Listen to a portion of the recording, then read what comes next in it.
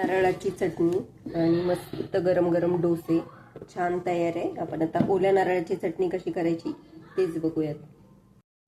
ओल्या नारळाची चटणी करण्यासाठी ओलं खोबरं खिसून घेतलंय. 1 चमचा आपली जी फुटाण्यांची डाळ असते ती घेतली आहे.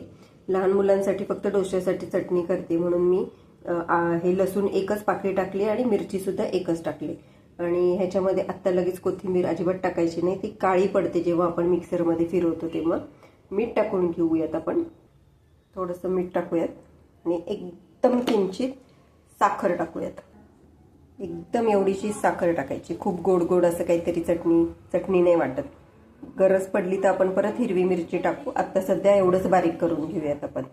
ही फुटाण्यांची डाळ माहिती आहे का टाकायची, कारण त्याने ना थोडंसं चटणीला घट्टपणा येतो, नाहीतर मग पाणी वेगळं चटणी वेगळीकडे असं होत नाही. मग म्हणून ही फुटाण्यांची डाळ नक्की टाका आणि चव पण छान लागते चटणीची.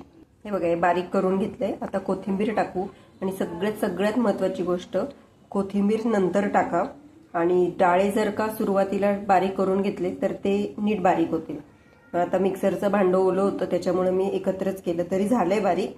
आणि ह्याच्यामध्ये ना थोडासा पुदिना जर का टाकला ना, थोडा, खूप खूप भारी लागेल. पुदिना सगळा वाळून गेला आता घरातला, त्यामुळे मी काही टाकत नाही.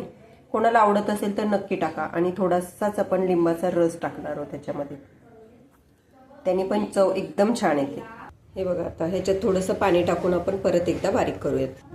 हे बघा चटणी झाली तयार, खूप भारी लागते, एकदम मस्त. आता काढून घेऊयात. ओल्या नारळाची चटणी एकदम तयार आहे. आता काढून घेतली आहे मी आणि एन्जॉय विथ डोसा, उत्तप्पा, इडली कशासोबत पण भारी लागते.